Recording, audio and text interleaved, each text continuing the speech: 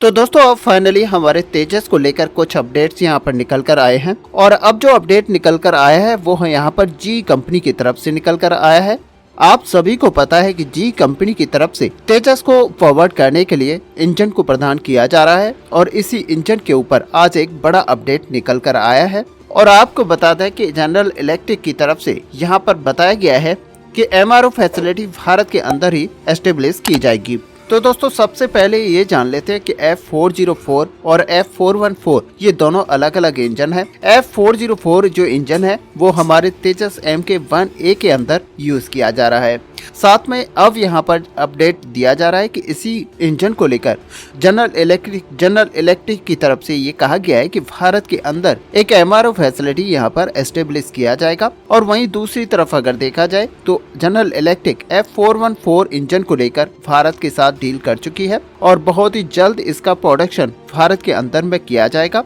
साथ ही इसकी जो 80% टेक्नोलॉजी है वो भी यहाँ पर भारत के साथ शेयर की जाएगी। ऐसे में दोस्तों आप सभी को पता है कि भारत बहुत ही बड़े नंबर्स में इन इंजन्स को खरीद रहा है और इनके रिपेयर, मेंटेनेंस और ओवरहॉलिंग को लेकर जो समस्या है वो भविष्य में आने वाले समय में यहाँ पर देखने को मिलेंगी। इसमें कोई बड़ी बात नहीं है कि हर चीज का मेंटेनेंस यहाँ पर किया जाना है और होगा भी। और इन्हीं समस्याओं को टैकल करने के लिए रिपोर्ट्स में ये दावा किया जा रहा है कि F404 इंजन की जो एमआरओ फैसिलिटी है वो जनरल इलेक्ट्रिक के द्वारा भारत के अंदर एस्टेब्लिश की जाएगी। ऐसे में रिपोर्ट्स में ये भी दावा किया जा रहा है कि जनरल इलेक्ट्रिक का ये जो प्लान है वो भारत के अंदर एक सब्सिडरी को ओपन करने का। अब यहाँ पर इसका उद्देश्य यही है कि यहाँ पर इंडिपेंडेंट जनरल इलेक्ट्रिक की तरफ से इस इंजन के ऊपर अपनी पकड़ रखी जाएगी। ऐसे में दोस्तों असल में देखा जाए तो यहाँ पर कई सारे जानकारों का मानना है कि जनरल इलेक्ट्रिक चाहता है कि भारतीय कंपनियां इस इंजन के ऊपर काम ना करें, यानी कि ऐसे कहें कि इस इंजन की जो मेंटेनेंस ओवरहॉलिंग है उसके ऊपर काम ना करें। और इसका मतलब यही सीधे सीधे समझ में आता है कि जहाँ पर जनरल इलेक्ट्रिक की तरफ से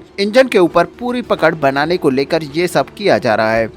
और अब आपको बिल्कुल भी इसमें कंफ्यूज नहीं होना चाहिए कि ये दोनों प्रोग्राम एक ही हैं, बल्कि यहाँ पर आपको सीधे बता दें कि ये जो प्रोग्राम है वो जनरल इलेक्ट्रिक का F414 इंजन से बिल्कुल सेपरेट होने वाला है। जहाँ पर एक तरफ जनरल इलेक्ट्रिक इस इंजन के लिए ओवरहॉलिंग और मेंटेनेंस के लिए मेंटेनेंस फैसिलिटी को एस्टेब्लिश करेगा, तो वहीं दूसरी तरफ आपको बता दें कि F414 इंजन को लेकर भारत के अंदर मैन्युफैक्चरिंग की जाएगी और उसके लिए एक सेटअप पूरा यहाँ पर क्रिएट किया जाएगा। अब कई सारे जानकारों की तरफ से ये बताया जा रहा है कि जनरल इलेक्ट्रिक की तरफ से यहाँ पर प्लान बनाया गया है कि वह इंडियन एयरफोर्स के साथ में सीधे तौर पर मिलकर काम करेगी। लेकिन यहाँ पर कुछ कहा जा रहा है कि कोई लोकल कंपनी को यहाँ पर अपॉइंट किया जाएगा और उसके साथ मिलकर फिर इन इंजनों के ऊपर जो मेंटेनेंस और ओवरहॉलिंग की फैसिलिटी रहेगी उसको यहाँ पर सेटअप किया जाएगा। ऐसे में दूसरी तरफ ये देखा जाए कि क्या भारत के इंजीनियर्स और भारत की मैन पावर इस इंजन के ओवरहॉलिंग में यूज किए जाएंगे, तो आपको बता दें कि यहाँ पर जनरल इलेक्ट्रिक बिल्कुल भी इस चीज को लेकर नहीं चल रही है कि उनकी इंजीनियर यहाँ पर पूरे सेटअप को संभालेंगे, बल्कि यहाँ पर सीधे तौर पर बताया जा रहा है कि भारत की किसी प्राइवेट कंपनी को साथ में लिया जाएगा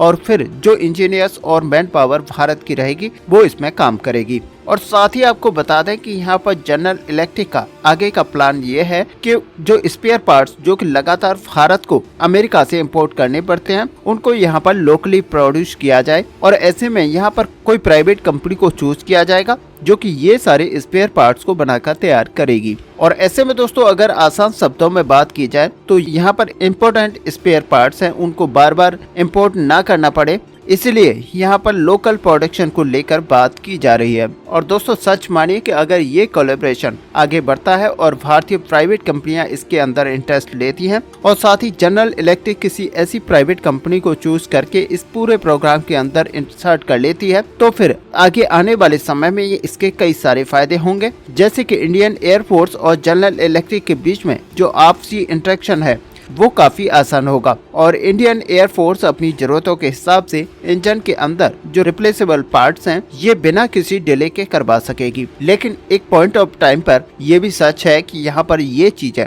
जितना सुनने में आसान लगती हैं एक्चुअल में वो इतनी आसान होंगी नहीं, क्योंकि ये सारा प्रोसेस करने में यहाँ पर जनरल इलेक्ट्रिक को काफी लंबा समय लगेगा। ऐसे में दोस्तों दूसरी तरफ यहाँ पर कई सारे जानकारों की तरफ से ये सवाल भी उठाया जा रहा है कि जिस तरह के अमेरिका के पार्ट्स यहाँ पर होते हैं उसी तरह के पार्ट्स को यहाँ पर बनाकर तैयार हमारी प्राइवेट कंपनियों के द्वारा किया जा सकता है, क्योंकि यहाँ पर क्वालिटी काफी मायने रखती है और क्वालिटी बहुत ही इम्पोर्टेंट होगी इस सारे इंजन के पार्ट्स में यूज करने के लिए। ऐसे में ये आपको देखने को मिलेगा कि आने वाले समय में ये बहुत ही ज्यादा इम्पोर्टेंट रहेगा कि भारत के पास अभी कोई ऑप्शन नहीं है और भारत इस समय अभी पूरी तरह से तेजस मार्क 1A के लिए जनरल इलेक्ट्रिक के F404 इंजन पर डिपेंडेंट है। और दोस्तों आपको पता ही है कि जनरल इलेक्ट्रिक की तरफ से जो सप्लाई चेन का इशू हुआ है उससे जनरल इलेक्ट्रिक यहाँ पर उभरने की कोशिश तो कर रही है, क्योंकि बीच में उन्होंने F404 इंजन का जो प्रोडक्शन था उसको बंद कर दिया था, लेकिन भारत से इतनी बड़ी रिक्वायरमेंट उनको आती हुई दिखी तो उन्होंने फिर से इसको स्टार्ट किया था। लेकिन झटका उनको तब ये लगा था कि सप्लाई चेन में जितने कंपनियां यहाँ पर इन्वॉल्व थी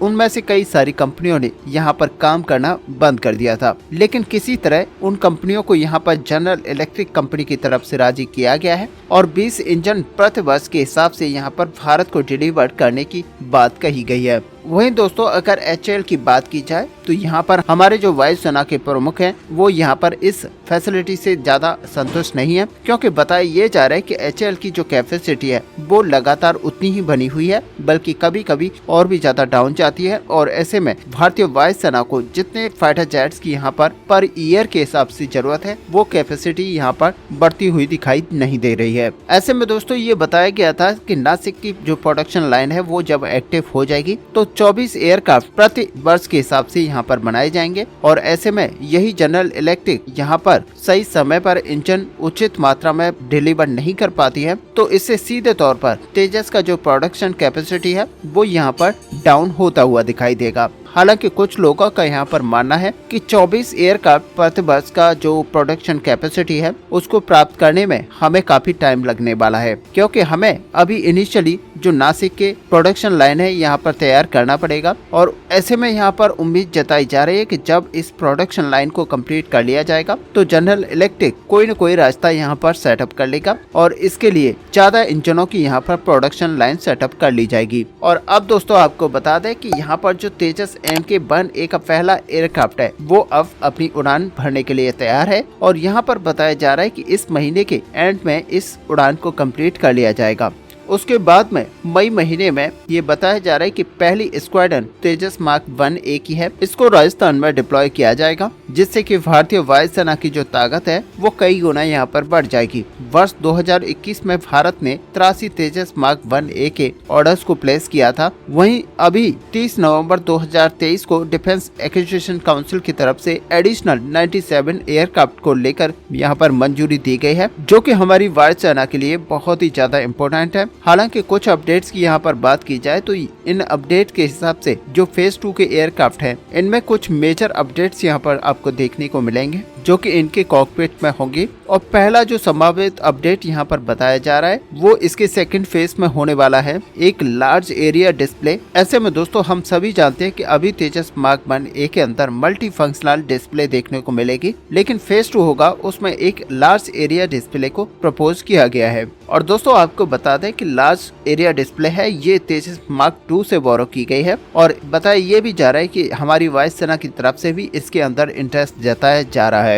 और साथ ही दोस्तों आपको बता दें कि इंजन की समस्या को देखते हुए GTRE की तरफ से भी यहाँ पर काम किया जा रहा है। अभी तो नहीं, लेकिन आने वाले समय में आपको देखने को मिलेगा कि हमारा कावेरी जो इंजन है वो यहाँ पर 2.0 के नाम से जाना जा रहा है और उस पर GTRE की तरफ से लगातार काम किया जा रहा है। और माना यह जा रहा है कि इसी इंजन को इतना कैपेबल बना लिया जाएगा कि इसकी जो थ्रस्ट है वो करीब 95 किलोन्यूटन तक जनरेट हो पाए। और दोस्तों ऐसा अगर होने में सक्षम हो जाता है तो माना यह जा रहा है कि बहुत ही जल्द जनरल इलेक्ट्रिक के F404 इंजन और साथ ही आने वाले समय में F414 इंजन को भी रिप्लेस कर पाएंगे। और दोस्तों ये बड़ी बात होगी भारत के लिए जब भारत का कोई इंजन बनकर तैयार होगा और वो अमेरिकन इंजन को यहाँ पर रिप्लेस कर रहा होगा। तो दोस्तों इस पूरे टॉपिक को लेकर आपका यहाँ पर क्या व्यू है, आप अपना व्यू हमें कमेंट में लिखकर जरूर बताएं। साथ ही अगर वीडियो आपको अच्छी लगी हो तो लाइक और शेयर करना ना भूलें। मिलते हैं नेक्स्ट वीडियो में, तब तक के लिए जय हिंद जय भारत।